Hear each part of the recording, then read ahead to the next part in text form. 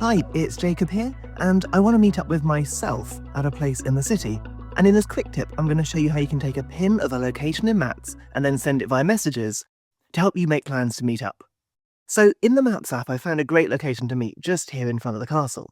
And what I'm going to do, because it's not a location marked on the map, it's just a pathway, is I'm going to long press my finger in exactly the place I want to meet. You can see it's dropped that kind of reddy pink pin, and it's opened up a little card with more information underneath. Now, at this point, I could send a screenshot to my friend, but actually that's silly, because what I could do instead is press the Options button, that's one of the three dots at the bottom, and then I can find Share on that pop-up menu. Now, at this point, I can tap onto Messages, but I could just as easily email it or airdrop it.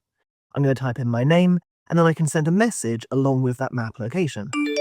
And it really is that easy. I've now sent that as a message to my friend, or in this case myself, for the video, and if we go into Messages, this is what the recipient is going to see. They're going to get the message you've sent, but also this card, this little rectangle with the map location on it. And it's not just a static picture. They can tap straight on there, and it will open up the Maps app and take them to that exact location you chose.